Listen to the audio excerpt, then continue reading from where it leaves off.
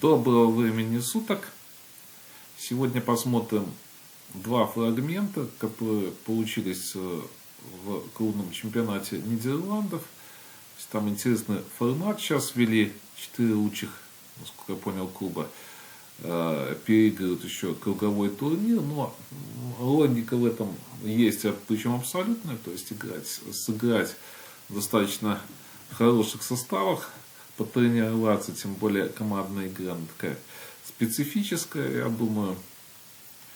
Но тем не менее, давайте смотреть.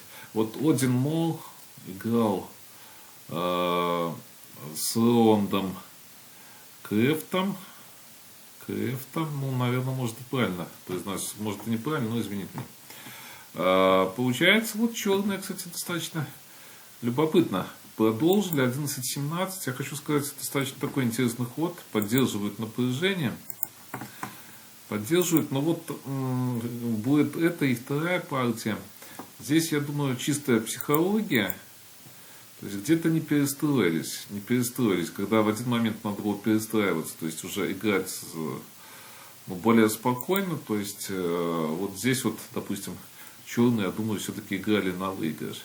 Потому что мысль-то интересная, но вот видите, подкова здесь так не подхватывается. Что-то похожее на подкову, даже не могу назвать это подковой. Не подхватывается позиция, но вроде бы так вот идет все. То есть черные даже может больше хотят выиграть.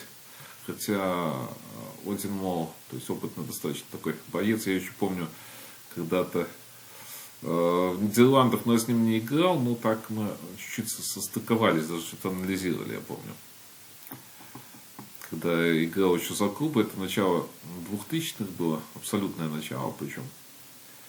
9-14, и вот здесь вот, конечно, интересно, 21-26, надо было уже перестроиться, 21-26, вот играть вот эту позицию. Видите, и вот такую 27-22, ну здесь она ничейная позиция. Ну вот 9-14, так простые начали черные играть, но видите, слабость сразу появилась, автоматически слабость, фланг то слабый, здесь шашек явно не хватает.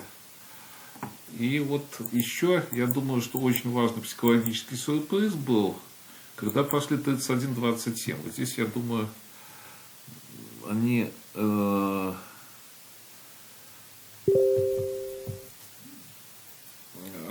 я думаю, что вот чуть-чуть испытали какой-то, может, даже шок, какую-то неожиданность. Надо 17-21 вроде бы.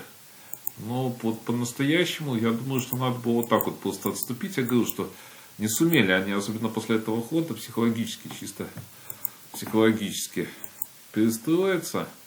Вот 19-24, то есть еще надо было, вот, можно было пробовать, конечно, 8, но можно было, но не нужно было, я бы сказал. Это я тут чуть увлекся другими моментами. Но вот смотрите, видите, позиция какая плохая. Тут здесь не ходят шашки, здесь не ходят. 19-24. Вот такая вот позиция получилась. Еще показывают тут какие-то вот эти вот ходы компьютера, но здесь все-таки без шашки. Позиция без шашки. Все достаточно было сложно. У черных, хотя, ну, наверное, надо было эту позицию играть. Вот именно жертва вот такая вот и вот эта вот мысль. А было проще 38, ну, то есть ударил он.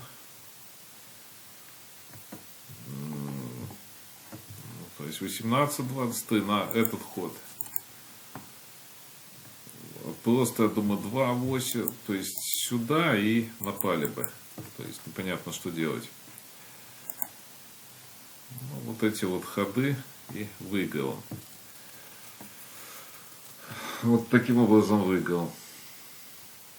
Вот такая позиция. И второй момент. Давайте посмотрим острую очень партию Роберта Миссенса. Не партию, точнее сказать, фрагменты. Так, давайте я переверну. Йохан Стернбург, наверное, так вот правильно, Роберт Миссенс. Но вот видите, сумасшедшая позиция была. К чему это показываю? Потому что чисто психологически, наверное, Робертс проиграл. В том плане, что не смог перестроиться, то есть, я бы сказал, мысли перестроить. Смотрите, какая интересная позиция. Если, конечно, где-то здесь меняться, то преимущество будет на стороне черных, то есть они здесь будут играть на эту шашку, то есть фиксировать, тем более 26-я шашка. И вот 13-18. 13-18, вот какие-то идеи есть, но они, к сожалению, сейчас уже не проходят. Во-первых, идеи есть, вот сейчас, если ход черных, то 25-30 бой, потом на 31 и на 22. То есть, еще ну, какие-то идеи есть. Кстати, вот за белых можно было попробовать вот так вот, таким образом играть. Идея какая? Что грозит вот этот удар 34-30 и 33-29. На 4, именно вот на 4 здесь уже жертва. Вот видите, как-то позиция все-таки по сравнению с той, что получилась партия, я считаю, что вот эта позиция у белых лучше. Почему? Потому что считаю, что Робертс ошибся очень сильно. 38. И вот здесь я считаю, что надо было 22-4 просто сыграть, не мудрствуя. 28 и вот здесь вот 14. Ориентировочно вот приблизительно такой вариант. И пусть бы со связкой он что-нибудь делал. То есть белое дело либо со связкой. Ну тут Робертс сюда пошел. И вот Йохан напал. И вот здесь, конечно, жесткая ошибка была. Но опять, здесь, наверное, видите, все достаточно сложно. Если играть сюда, то вот здесь вот будет вот эта сложная достаточно позиция. Наверное, здесь что-то захотел, ну, честно говоря, тоже ход не совсем мне вот понятный. Потому что есть размен вот этот вот, как-то, да, как-то он странноватый ход. Что-то, видно, он хотел. Может, я что-то не вижу. Ну, что-то явно, что я не вижу. Конечно. Ну, вот 11-16. И вот с одной стороны такая позиция вроде бы перспективная. Одно направление было. То есть играл в одном направлении. Сейчас картинка приобрела совсем другое направление. И другой тип позиций. Причем обе позиции острые. Очень острые. И вот за это он ошибся. А на 16 и вот 29-24. Видите, удар такой.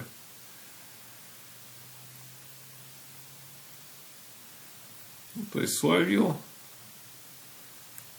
Получилась шашка лишняя. Может где-то здесь еще что-то, какие-то моменты, ну, тоже теоретически какие-то моменты были бы, наверное. Кстати, здесь не уверен. Может 27 лучше сыграть было. То есть хочу сюда и на 7 просто ответить. Да, наверное, здесь вот попроще могли сыграть, но как-то они сыграли вот таким образом. Ну, в конце концов, выиграли. Итак, вот первый тур переигрок вот этих клубного чемпионата Нидерландов. И я считаю, что чисто психологически все-таки где-то ошибки. И ну, вот не смогли перестроить свои мысли. Именно играющие из-за этого и проиграли. Ну, бывает такое. Игра, она есть игра, в принципе. До новых встреч.